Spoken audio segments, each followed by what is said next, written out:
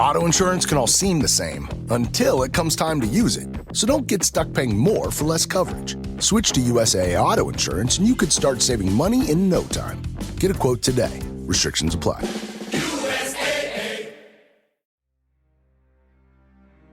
Welcome to Salmon Wars, the podcast where we dive deep into the challenges facing the iconic salmon of the Pacific Northwest. I'm your host, Cody McLaughlin, a passionate salmon fisherman in the last frontier of Alaska. Join me as I interview a wide range of experts, including biologists, commercial and recreational fishermen, advocates, native people, politicians, and other stakeholders. Together, we'll explore the driving forces behind the dramatic decline in salmon returns and seek solutions to save these vital fish populations before it's too late. This limited-run investigative series will take you on a journey through the complex world of salmon conservation and management. Subscribe now to join the fight to protect our salmon and preserve the rich ecosystems they support. Together, we can make a difference in the future of these magnificent fish. Welcome to Salmon Wars.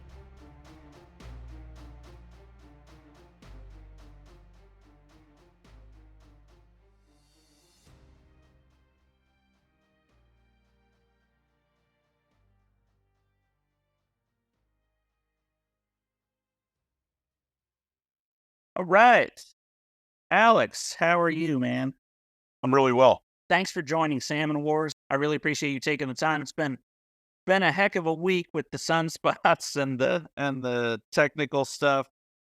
So I appreciate you bearing with me as I had a kid emergency, a bunch of other stuff. And so I really appreciate you taking the time to be on the show. Yeah, no problem. No problem at all. All right, Alex. So, as we've talked about, as the audience knows, Salmon Wars is examining what's happening with salmon in the Pacific Northwest, mostly centered on Alaska. And as such, I'm trying to cut through the politics of it by giving people an opportunity to listen to like all sides of the subject, right? No bickering, no talking points, none of that stuff. Just like cutting to the core of it.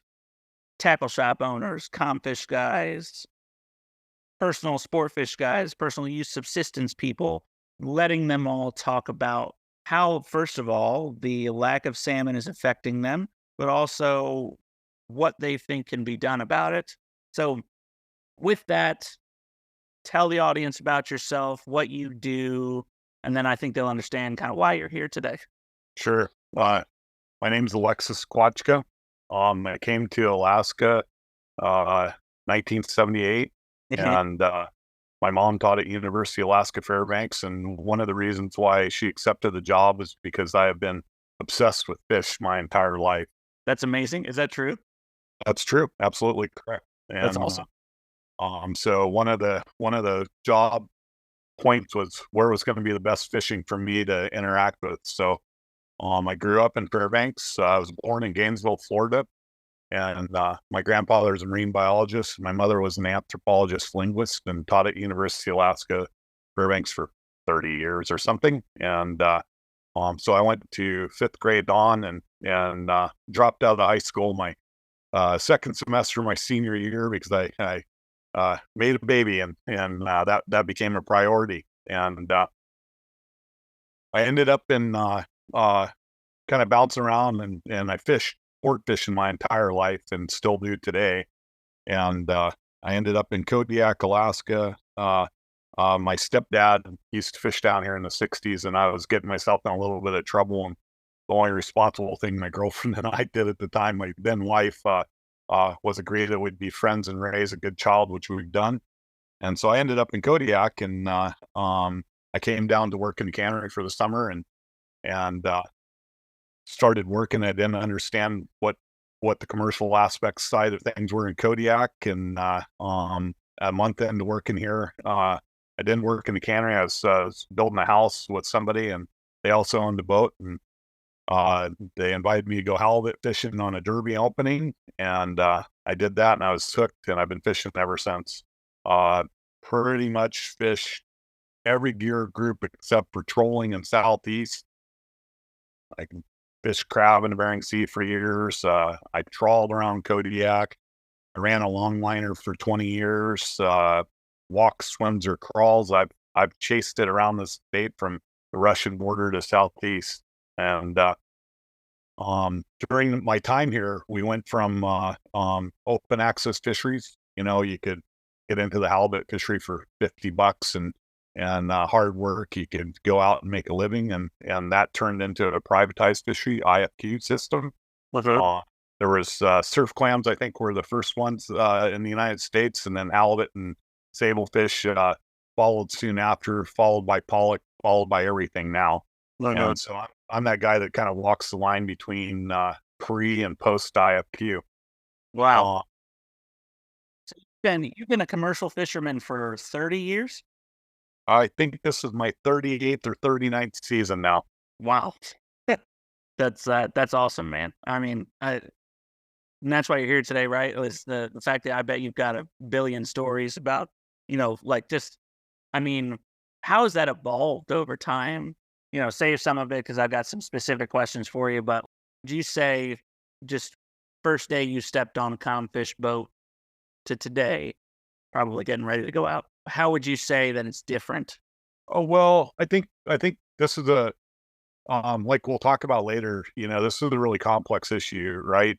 Prior to 1976 Magnuson-Stevens Act, Yeah. it was pretty much the wild, wild west. And then so you had the Magnuson-Stevens Act in 76. We had oil pumping in 78. And we really started seeing the wealth of Alaska kind of coming together in the early 80s. And through the money flowing through the pipeline, and then kicking the foreign fleet out of Alaska, we really put emphasized domestic harvesting. And Alaska spent a lot of money sending some of these crab fishermen over to Iceland and Norway to learn how to trawl. And then that really developed the domestic trawl market in Alaska. And so the fisheries have evolved along with our population, to be quite frank. And it's changed from being able to come to Kodiak or Dutch Harbor or Sitka or wherever you came, and a backpack and some ambition, to now a very it first began in 1972 when they enacted the limited entry program because, there were just too many people competing for state water fishery, mainly salmon. And then kind of it's evolved to what it is today, which is just this incredible money engine that's basically owned by corporations and small businessmen, depending on which fishery you're talking about. The Bering Sea is pretty much corporate owned, big money, big interest, big volume. And the IFQ fisheries, halibut and sablefish now are smaller boats, but consolidating down into dynasties. It's just been a very complex change, and it's gone from, going out to make enough money to get into salmon fishery, to keep going, to fishing halibut in the fall time, to get into tanner crab or king crab or whatever you had coming, to now it's like really about the extraction, I think, and the efficiency of the extraction. I'm not explaining that correctly, but it's evolved from guys making a living to just this pressure to extract from the ocean. And I think it's always been that way to some extent, but the mechanics of it have changed greatly. Thanks for saying all that. I think, this is going to provide a really valuable look at somebody who's, got an unbiased, you're not a current trawler, but you have worked on trawl vessels, right? So you've seen the inside of those operations, and you've worked in every other commercial fishery in the state, which I think will give you, or I'm hoping you'll share some perspectives of intersection between all of those different year types and fisheries management practices. But before we get into that, I ask everybody the same question, and that's simply this: does Alaska have a salmon problem? Well, that's a complicated yes. I mean, the short answer is yes. There's problems that need to be addressed, and both with access points and then our access of this fish. So some some are environmentally and some are self-induced by our interaction with fish. So I think the answer is yes. Okay. So let's dive into that, right? Because we're trying to educate people on all the different things that are affecting salmon, all these different factors.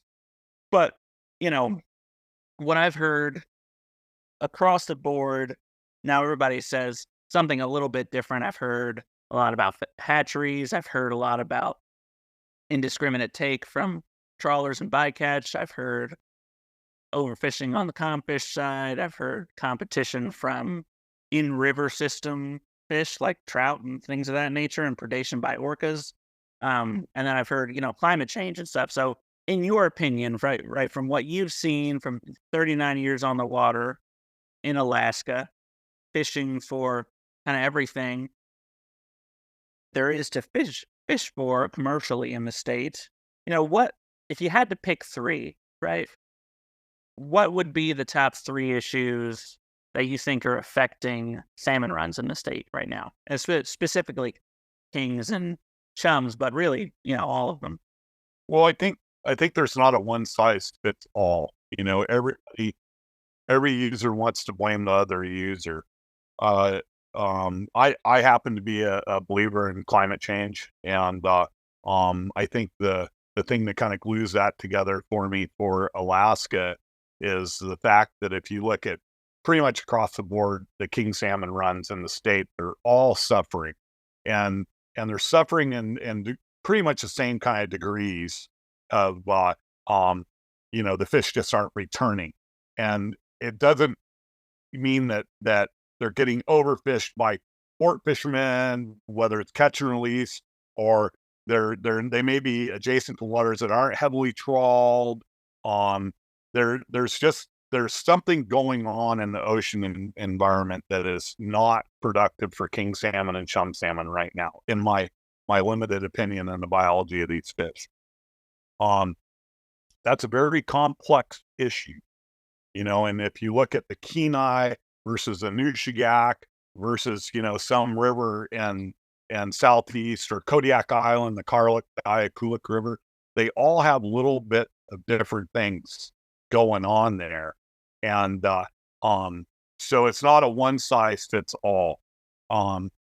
So the first thing that we need to do is just kind of take a step back and go, all right, we have a problem. How do we mitigate this problem? And I don't think we do a good job of that because there's so much pressure to keep interacting with these fish. And whether if you're on the trawl side, you can justify your interaction because you're feeding the world and volume over the interaction, or you're catching hatchery fish or whatever. So you justify that. If you're a sport fisherman, you say, well, I'm not really hurting those fish. I'm just catching them and then I'm letting them go. And, that's all fine. And you can stand on your high ground however you want. But at the end of the day, we're going to stand on our high ground and there's going to be no more fish. So something has to change to make the fish the priority in the interim until we can figure out what the effects are, whether it's hatchery reared, just strictly environment, or interaction with sport fish, or interaction with calm fish. So we have to take a step back and figure out, how are we going to protect what we have before we don't have? So salmon, very culturally endemic to the state, important to not just the native cultures, right? They're endemic to the identity of the state of Alaska though, right? Salmon are, part of every iconic photo that you see of Alaska that doesn't involve the Northern Lights, right? When you think of Alaska, you think of big brown bears standing on a waterfall, grabbing salmon out of the air as they try to jump past them, or rivers from, big drone footage of the river looking black because it's just full of salmon. Okay. So when you think of that, how do we reconcile, right, these cratering salmon runs with not just that identity of the state, which drives a significant portion of the economy, not just the comfish economy either, but the tourism and travel economy in the state is largely driven by fishing. A lot of the identity of our restaurants in the state are driven by fresh seafood, some of the best in the world. And that's not those restaurants are not serving pollock collars and, and fresh pollock of the day and stuff like that. Help the listeners understand from an economic standpoint. You touched on a few things. You touched on the fact that it used to be an open access fishery where with a backpack and ambition, I think is what you said, you could make a living as a commercial fisherman in the state. But how has that been affected by mega corporations that come in with these large factory vessels? What are the pay disparities? Are those people that are fishing on that boat, are those Alaskans on those boats? Help us get, as an insider, somebody who's part of the industry, been on trawl vessels, been on troll vessels, been on, seining vessels, all those things. What are the economic impacts to the state? I'm not like Washington and like China and all these other places. Well, there's a lot to unpack from that question. I think I want to back up a little bit and say, I first started sport fishing in Fairbanks, and then we had subsistence fish for our salmon. For we mainly caught kings and we caught silvers, and chums were a byproduct that of harvesting those two both on the Tanana and the Chena River. I mean, I remember when lots of kings were in the Chena. So I've gotten my very first deal with commercial fishing was with fish wheel mouth of the Kodiak River when I was really young. My mom's best friend is from Kodiak, and so I've seen kind of like a really big breadth of the state. I'm going to try to unpack this slowly. If we're talking about indigenous people in Alaska, we really need to focus on salmon are not just ingrained in them. Salmon are part of them, and I think that the media has downplayed the impact both on the Kuskokwim and the Yukon River of what it means not to have access to fish. It's devastating. And through my career in fishing, I ended up on the North Pacific Fishery Management Council's advisory panel for 9 years.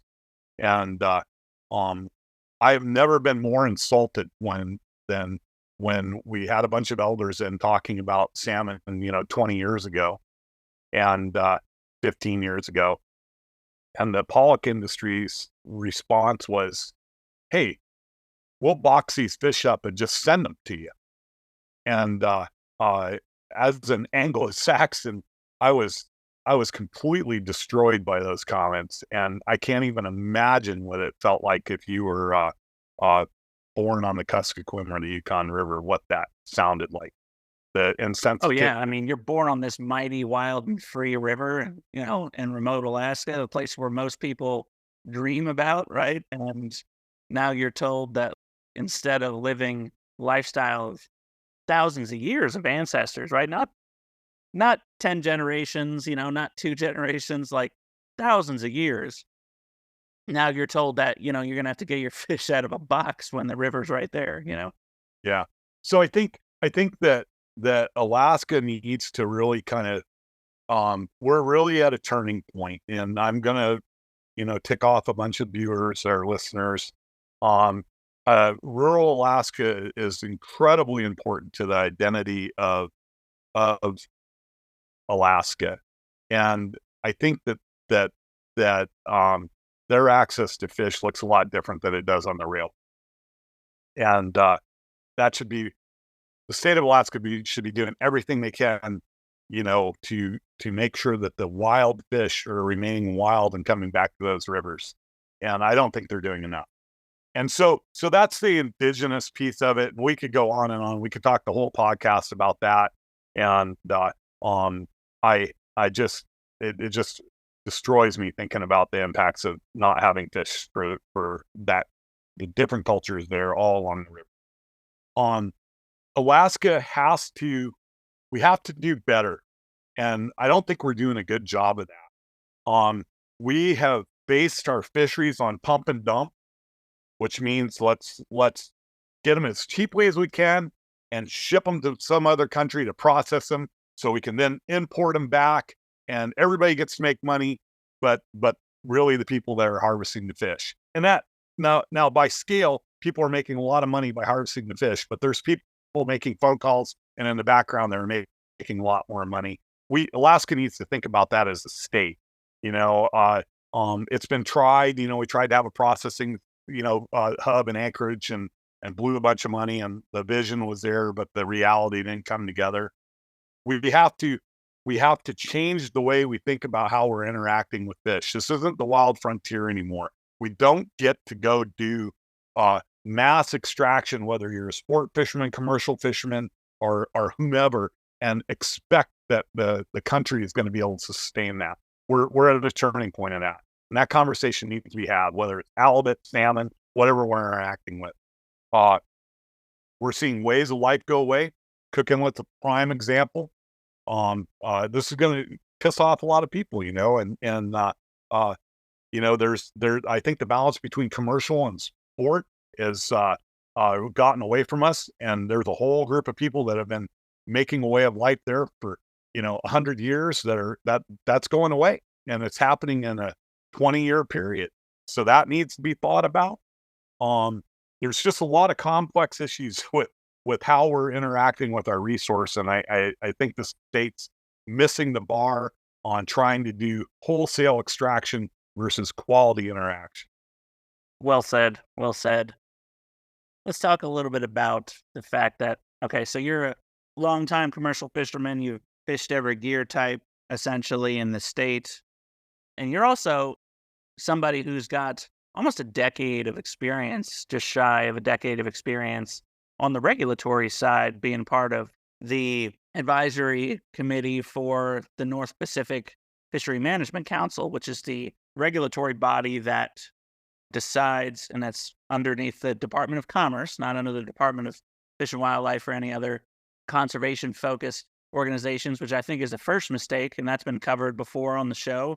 But talk to me about what are some management issues that you see with how we're regulating what you were just saying, right? Like you mentioned that we have to stop wholesale extraction and start focusing on quality interaction. That's what you said. So how do we get to that point? And so for instance, I've heard from other people, and maybe you can refute this claim or back it up, that trawl as a gear type gets treated differently than other gear types, even on the comp fish side. So I've talked to off the record trollers and longliners and stuff that have said that, for instance, they can't fish in the halibut nursery, but trawl can drag a net gear the size of a mini mall across the bottom and chum it up for several miles a day, square miles. So talk to us about that, help the viewers understand what's going on there. Is there a difference in how, even within the commercial fleet, right, how the trawl fleet is being treated versus trollers and set netters and longliners and all these other different types of commercial fishermen? Sure. I think that something that I don't know how versed people are in fish politics. It's a very complicated, messy, expensive process. There's two bodies that control the fisheries in Alaska. You have North Pacific Fishery Management Council, which handles all federal fisheries. That's 3 miles to 200 miles. That was created under the Magnuson-Stevens Act. And then you have the Board of Fish. The Board of Fish is 3 miles to in all the waters of the Alaska inside of 3 miles. And they meet together once a year, once every couple of years, and they talk about where they have overlap. One of the big overlaps right now is in Cook Inlet. The drifters there decided they thought it'd be better to have the federal government manage salmon, and that's turned into a real conundrum for everybody and messy. We'll see how that plays out. I don't think it plays out well, because the federal side controls the fish in the federal waters, but they don't control the fish where they spawn and rear, and how do you account for that? There's a lot of messy stuff going on there. As far as talking about gear types and let's back up. North Pacific Fishery Management Council is a huge government entity under the Secretary of Commerce. It is all the regulatory requirements of the federal government. You know, you have NEPA, you have all these things that have to go down. It is a glacial process to get a single item through to the North Pacific Fishery Management Councils. You're looking at 2 years, unless it's an extreme emergency at best, to get it through the process. The Board of Fish, anybody can write a proposal on its cycle. A cycle for an area comes up every 3 years. Anybody can write a proposal, and that can happen with a gavel drop. You can say, I don't want barb hooks on blah, blah, blah. And you get the 4 people on the Board of Fish to agree. They drop the gavel. Well, that's a done deal. And they'll figure out how to get that into regulation, whether it's the first year or the second year. It's going to happen really quick. And so those things act very differently and against each other. Now moving forward and just talking about the federal side, on the North Pacific Fishery Management Council, we're viewed as the gold standard. And I've always been a critic of that. And I've sat in the back corner going, we're the gold standard because we haven't screwed it up yet. And as far as interaction goes, the way that process works is there's 5 meetings a year, maybe down to 4 meetings a year. 3 of them or 4 of them are in the state, and 1 of them's out. When Ted Stevens was setting that up, he did a great job. The state of Alaska has 6 voting members of an 11 voting panel, so we can control the we can control the council theoretically by the appointments to it. And that is a very political process. And each one of these meetings to attend, it's about a 7-day meeting. If you attend the scientific committee, the advisory panel meeting, and then the council meeting, it takes about 7 days. So you have to pay for your travel, you have to pay for your hotel, you have to pay for your food just to go in and talk for 3 minutes. It's a very cumbersome process. So by default, what happens— Not to mention getting a week off of vacation. Correct. But so what happens 5 times a year? What happens is the money is who's at the table. And that's painting with a very broad brush, because there's other ways to interact with it. You can write letters and you can do stuff, but the way the council works is it's about relationships, about building trust, about people understanding your perspective. It's about how you plug into the process. And to be jaded, and I'm jaded on this, generally the money is the one that comes out on the top. So if you tier the fisheries and who's making the most money, the pollock fishery and the flatfish fishery, both mainly industrial fisheries in the Bering Sea, they're at every meeting. They have people on both the council and the advisory panel and the scientific statistical community. So they're very engaged because it's in their best interest to be engaged. And for the laymen who come in that are complaining about bycatch or complaining about whatever, it's hard to go to 1 or 2 or 3 meetings for 2 years to make sure your issue rises to the top, to get 6 people to vote in your favor. And well, and there's, so when you say it's in their favor to the tune of what, right? Like, so I think people need to understand the magnitude of what these not commercial, sorry, I meant to say factory fishing operations are bringing in. So because they see again a lot of misinformation is being pushed out by AstroTurf groups and stuff. That's just what I'm trying to cut through here. And so they see salmon going for $30 a pound in the grocery store, right? And then they see pollock going for whatever, and that's the cheap stuff in the store. And help bridge that gap. Why is it that the pollock are actually the higher dollar fishery from a value standpoint and a landing tax and all that stuff? And help people understand that like where the disparity is in the amount of money. Like when you say that the pollock guys and the flatfish fisheries are the money guys versus, salmon that they're getting charged, $30 a pound for in the store. Where's that difference come from? Well, it comes from volume. The Bering Sea's 2 million metric tons annually can be removed, and they get pretty close to the 2 million mark. And I actually think that they'd like to go over that, and they've decided that 2 million metric ton removal is kind of the sustainable long-term health of what the Bering Sea can produce annually. So you're talking about billions of pounds of fish. And so, yeah, I think the Bering Sea is getting like 14 cents a pound for pollock, and don't quote me on that because it's really, the seafood industry has been in a free fall for the last year. Ever since post-COVID, it's been kind of really wonky. And so you're talking about billions of pounds versus millions of pounds. And that's where So you said billions with an S, right? billions of pounds. Yeah. So just to put the scale, that's $150-ish million a year per billion, and there's more than 1 billion, right? So that's the value of this pollock fishery and flatfish fishery, right? Like the trawling fleet, that's the money that they're pulling out of the sea, along with tens of thousands, hundreds of thousands of pounds of bycatch, millions of pounds of bycatch, actually, really every year. Is that right? Yeah. So yeah, I think that the number in the Bering Sea between flats and pollock is something like $1 billion fishery. And that might be less now because I believe the king crab and opilio crab, snow crab were included in that formula too. But it is a hundreds of millions of dollars fishery.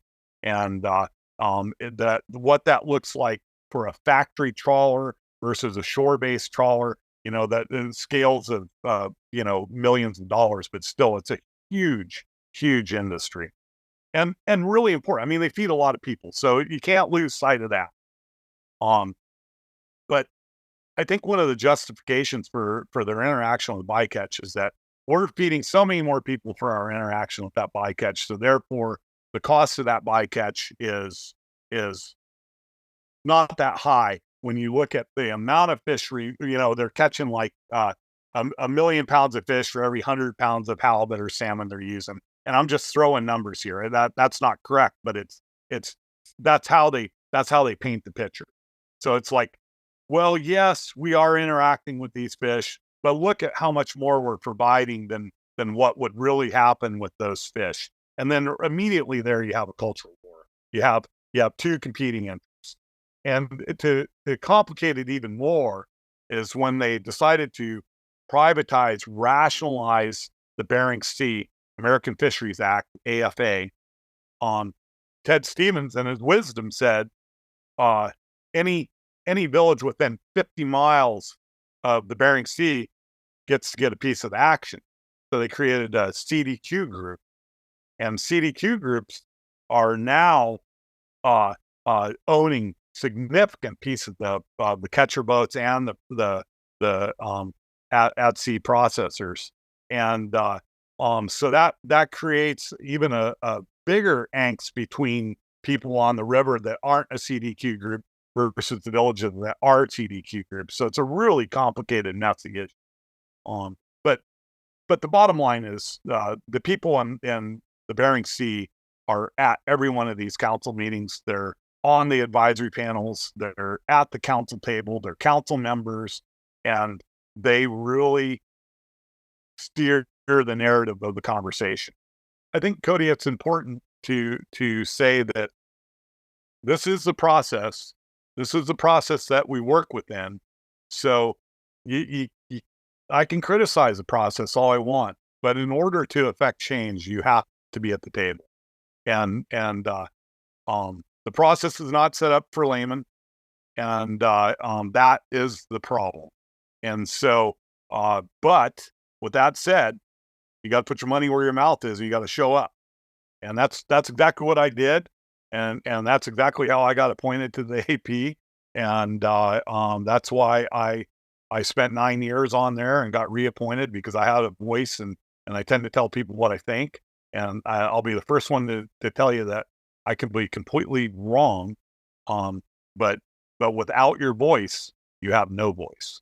So true. I mean, I spent my career, in and around politics and activism and stuff like that, and it's the same thing I've been telling people for a decade of that. Let's close this out on a hopeful note. I want to pick your brain on, as somebody who's again been a part of these fisheries for just shy of 4 decades now. You've seen the highs, you've seen the lows, you've seen for a decade of that the inside inner workings of the regulatory process. You just explained that. So let's set all that aside. If you could wave a magic wand today, right? And right now somebody was just like, we owe you a favor. We're going to do 5 policymaking decisions with the goal of restoring the salmon runs and making sure that those, last for another 100 years. What are the 5 policymaking decisions that you would make and why? Now, it doesn't have to be 5, right? It could be 1. You could be like, this is the silver bullet, or it could be like, I'm going to pick 5, but there's so many more. What would those be? Well, I probably have more than 5. I think the first thing, like I said earlier, the state of Alaska is at a turning point. And people, I don't know if they read it. It's called King of Fish, 1,000-Year Run. Most people in the state of Alaska should read that and understand that we don't get to have our cake and eat it too. You don't get to industrialize the resource and expect there to be a resource. When I was a kid, 70, 80, 90-pound kings in the Kenai were not uncommon. Every flyer, in the state showed a guy that could barely lift a king salmon out of the water. And what do? We had jet boats. I remember when there were huge jet boats running up and down the river. And to this day on the Kenai River, they're allowing outboards. It is the most beautiful drift fishery in the state of Alaska. We've built to the water's edge. We've cut down all the sweepers. We've increased the flow, and we wonder why we don't have king salmon. And then we go play with them all. And then to my horror in the fall time, I watch guys with drift boats going down with an anchor out, dragging through the reds in the fall time, trying to catch some rainbow trout. We have to learn from the rearview mirror. And we cannot do the same thing and expect a different result. It doesn't matter if it's in sport fishing, commercial fishing, and whatever. Mother Nature is one of the most resilient things, and it's incredible. And salmon are super incredible. And we cannot keep playing with them and expect that we're going to end well. I think the hatchery issue is one that really needs to be thought about. There's probably a place for hatcheries, but is it a solution to our salmon problems? Absolutely not. We need to put an emphasis on quality versus quantity. The state of Alaska needs to make a priority, and that's going to affect all of us. And, we go through a situation down here in Kodiak where people want to limit how many king salmon you catch a year. And no, you harvest a year, and people, I supported not having a limit this year just because Homer was the one that was trying to limit us when they have a king salmon derby in the wintertime and they're interacting with those fish that are our fish, not Kodiak's fish, our fish as a state. So we need to think about what the policy and the interactions of those are and what that looks like. And that's gonna take a really hard look and a really good look in the reflection that you see in the mirror. We can't dig up the spawning grounds and promote mining across the state and expect to have salmon. I hear a lot of angst against the trawl fleet, which I think that they should be highly examined in the Bering Sea and I don't necessarily think that, and the scientists will argue with me that their interaction is that bad on an annual basis. But I would love to know what the dumbing down of the genetics are over a 50-year period or 40-year, whatever it is, since Magnus and Stevens and when the truly industrialized fishing. I think they should look at the timing of when they're fishing, prior to 2000 or so, before sea lion mitigation, where they spread out the pollock fishery through the whole year. Now they interact with a bunch of other things. I think they should really go back and look at that. But nobody talks about that. You turn on the idiot box and you see gold mining and you see the upper Yukon, and you hear a lot of transboundary mining issues about Southeast, but nobody's talking about the decimation of the upper Yukon, in Canada, and what's going on there and what those impacts are. So I think that there's like this contributing, there's no one smoking gun. It's a collective smoking guns. And so you have to take a step back and look at that. There's a lot of just little policy tweaks, again, I think quality over quantity is something that we should be talking about as a state. Copper River's done an exceptional job on that, and it ebbs and flows. I think that that's the model for how we interact with salmon. I think that it should be all stop with all interaction when we see that we're in an emergency situation. If you want to keep, I keep picking on the Kenai, and I don't mean to do that. You could say the Nushagak, or you could say the Karluk or the Ayakuluk. When you see there are very few fish returning to these rivers, nobody should interact with these fish. Every fish matters at that point. And short-term pain for long-term gain, I think, is something that needs to be discussed more. And, I look at both on the comfish side, I think that we can do better constantly, and I think we should strive to do better.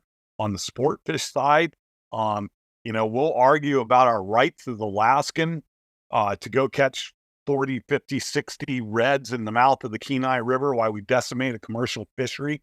But the takeaway is that the average American person eats 17 pounds of seafood. Do we really need to have the volume that we're extracting? And where's the rubber meet the road on? And these are issues that people will not like. They won't like that at all, but it's the reality of the situation. You can't have these mass removals without consequences. We've got 500 years of history of what does not work. Let's apply that to the state of Alaska. Let's not do what hasn't worked in the last 500 years and expect a different result. That's insanity.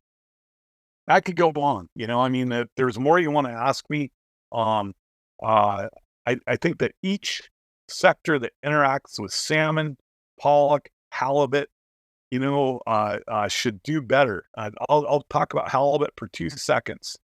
We have a very important tourist economy that I don't think should be downplayed. I don't know if it's more important than commercial fishing or less important than commercial fishing, but right now, those guys sit on the beach for 2 days, 3 days a week because they're going over their quota. The state of Alaska could fix this in a stroke of a pen, a one fish bag limit. And you could go out and everybody could catch it. And if you take your family down to Seward and you catch 4 50-pound halibut, isn't that enough fish for a family for a year? And people will say, that's my right. That's my right. Well, you're not limited to just one trip. You can go 2 trips. But we get so caught up that we're the last frontier and we have to have this open-ended checkbook of what we can remove from the land and the ocean. It's not sustainable, and it has to be thought about. It has to be talked about openly. And my final coup de grace, which nobody will like, if you want to make a policy decision that betters all Alaskan citizens, let's have a damn income tax. And people are not going to like that at all. But the reality is you have a $1 billion fishery in the Bering Sea, hundreds of millions of dollars in the Gulf of Alaska, and most of these people do not live here. They take their money and they pay their income tax somewhere else, and they leave, and they take everything they can with them when they go. And you can apply that to oil. You can apply that to mining. You can apply that to fishing. You can apply that across the board. And we don't have accountability with our own legislature. And our governor is disconnected from the reality of what the state is. And everybody wants to open this place up like with a can opener. And then they want to talk about how great it is. Well, you don't get to have it both ways. So let's do better with what we have from the rear view mirror of the lessons learned. And that is the single biggest takeaway. You don't get to cut down the forest and bitch about that there's no animals left.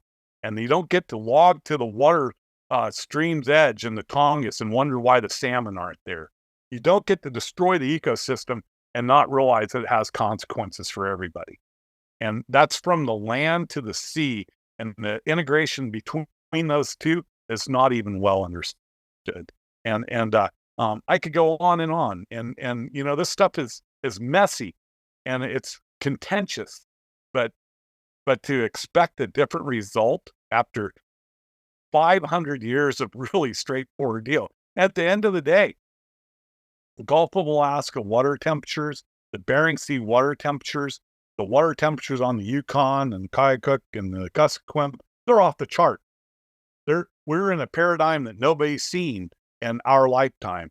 And that has to be thought about, and protecting that and getting every last fish that we can into those systems to perpetuate salmon, which, as you said earlier, is an iconic species in this state, has to be done. And you don't get to dig up the upper Kuskokwim and then go, hey man, I wonder why the king salmon, chum salmon went alone. Same thing with you. Same thing with any. Alexus, I think we'll stop it right there. It's a really poignant end to it. I think you brought a lot of depth to the program, which is exactly what I was hoping for. So thank you so much to think about. To the listeners, again, Alexus is a longtime 39-year commercial fisherman in the state of Alaska. He's got some great insights, both 10 years as a regulator or as part of a regulatory body, and then 39 years fishing these waters on the comfish side, from trawl to troll to every other gear type. It's a perspective that I think everybody needs to get out of their sound box and listen to. So take a listen to what he's got to say. Tune in for more episodes.